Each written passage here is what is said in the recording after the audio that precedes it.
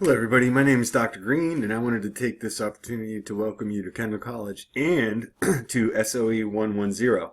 I look forward to learning from and with you this term, and I am glad you're here. So, this is my video introduction to you to let you know that I'm a real person on the other end of the line and give you an idea of my attitude and sort of those sort of things, so you know that I'm approachable and you're encouraged to contact me anytime you need me. Now, let's start it off with, and I guess it's considered an oldie now, but it's a goodie, and that kind of tipped my hat as to how old I am, but it is, just something to kind of get us in the mood here, get us started. I know you're maybe a little bit apprehensive about online learning, but I can assure you that I'm here to help you, not try and trip you up, and I want you to be successful. So, all right. And that was the Blackeyed Peas for those of you who don't know. All right, so now to the rules. And as teachers, we all love rules, right? So here's rule number 1, the 15-minute rule. And what the 15-minute rule is essentially if you're working on something for 15 minutes and can't find the answer or are struggling to find the answer, you are encouraged to call me. Try and give it a good go at, for 15 minutes, and if you can't figure it out, or you're confused, call me. If it's not urgent, email me. And if it's urgent, just pick up the phone and give me a call. If I'm busy and can't answer it, I'll call you back when I can. So, and the reason for that is there's no reason to struggle alone. Again, your success is my success, and most likely I'll be able to help you with most of the issues you face in a quick amount of time. So that's what the meaning behind that one is. And then you always start in every course with the syllabus. So I just took some screenshots to highlight a few key points today. I'm not going to overkill. This is more of just an introduction. But the course syllabus is where you start, and you can see my office hours there. I'm basically available every day of the week by appointment. If you set up an appointment with me and let me know when you need to talk or chat, I'll try my best to make myself available.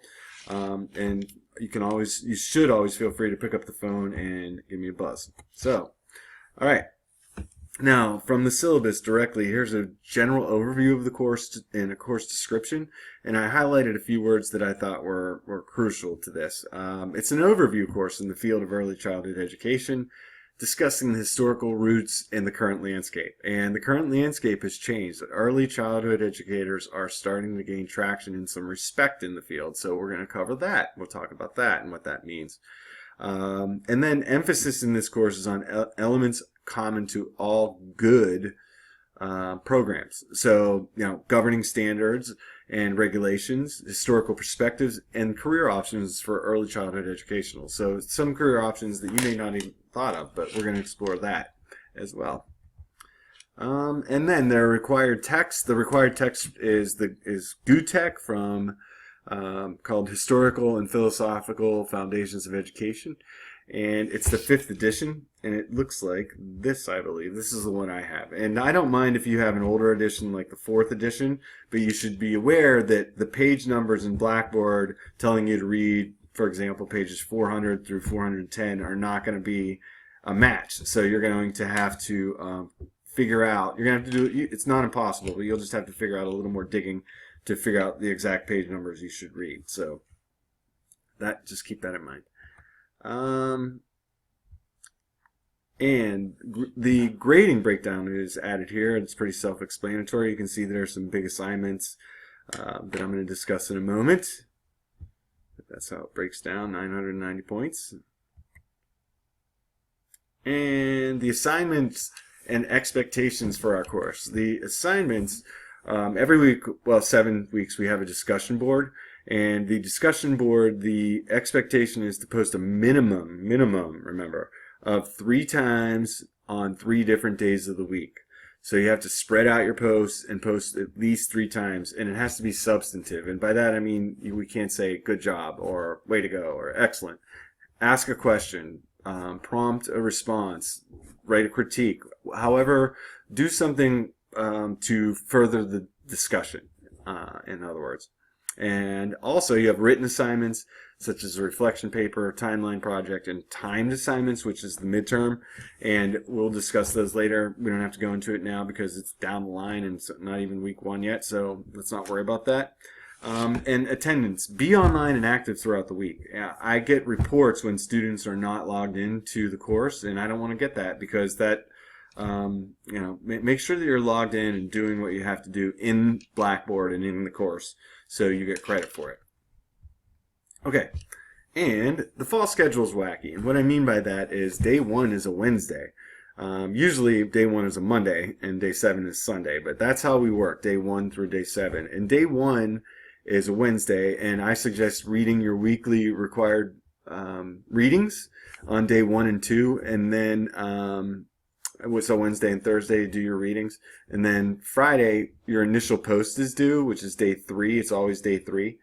Your initial post to the discussion board is due, and then that gives you Saturday, Sunday, Monday, and Tuesday if you need it to reply to the discussion board. And remember, you have to have at least 3 posts, so you have all those days to come up with a minimum of 2. I prefer 2, and then a final, kind of wrap up post at the end of the week. And then on Tuesday, day 7, your assignments are always due on day 7. So that's kind of how we work it. And obviously, if there's a problem, you need to contact me as soon as you can to let me know what's happening. Okay? And the big assignments, and I mentioned these briefly, but there's a midterm in week 5, a timeline project is due week 8, and professional networking and final exam. And more to come on all of that as we progress. Just wanted to put that on your radar. Don't even think about it now. It's not even week 1 yet. So let's enjoy this time together and get acclimated to Blackboard. All right. So go here. Whoa, I'm back for some reason. Okay. So advice tips from someone who's been there, and I have been there. I've been where you are. I studied my undergraduate and graduate school at traditional universities, and I just finished my doctorate last year in education at an online school. So I truly do know what you're going through, especially if you're new to online learning. Some of you may have experienced it before, but you're new to Kendall, so it's a new system to get used to. But I have felt all the types of things that you may be feeling now, a little nervous, a little anxious, excited, and that's a good thing. Don't let it overwhelm you. My goal is to help you be successful. That's what I want. My favorite time as a teacher at Kendall is when my students call me and tell me they landed a job and let me know that they're doing great. So that's what I want for you. Now, also, be proactive. Take charge of your education. Ask questions when you don't know the answer. Seek help. Don't let a little problem become a big problem, because that's what happens. A problem that could be taken care of rather easily, if left taken care of, can become big over time. So we want to avoid that. You just got to communicate with me. That's all I ask of you. And probably the biggest thing where students in my courses, specifically who didn't get the grades that they wanted, meaning maybe they wanted an A and they didn't get an A, was when they got behind on their assignments and not completing their work. So I know our schedules are tough. We got kids, many of us, we have jobs, we have all these things going on in our lives, but try and set a schedule for yourself to help you be successful and set time aside for your education. This is serious. This is a big endeavor, and you need to give it that attention that it deserves. And then finally, have fun. This is not supposed to be torture, right? I get it. And teachers, we are bombarded with assessments, and we have to cover the curriculum and do all these things, but we need to remember that we have the opportunity and privilege to work with kids, which is great. And they're just kids in the end. They don't really know about the assessments. I mean, they know about them, but they don't really care about that. They just want somebody to care for them, be a mentor and role model for them, and that is a huge part of your job. So even when it gets hard and things get frustrating, just keep that in mind, okay? And then finally, I'll leave you with this. Coming soon. Be on the lookout over the next few days. I'm going to... I worked with an instructor who taught this course last term, making an addendum to the syllabus.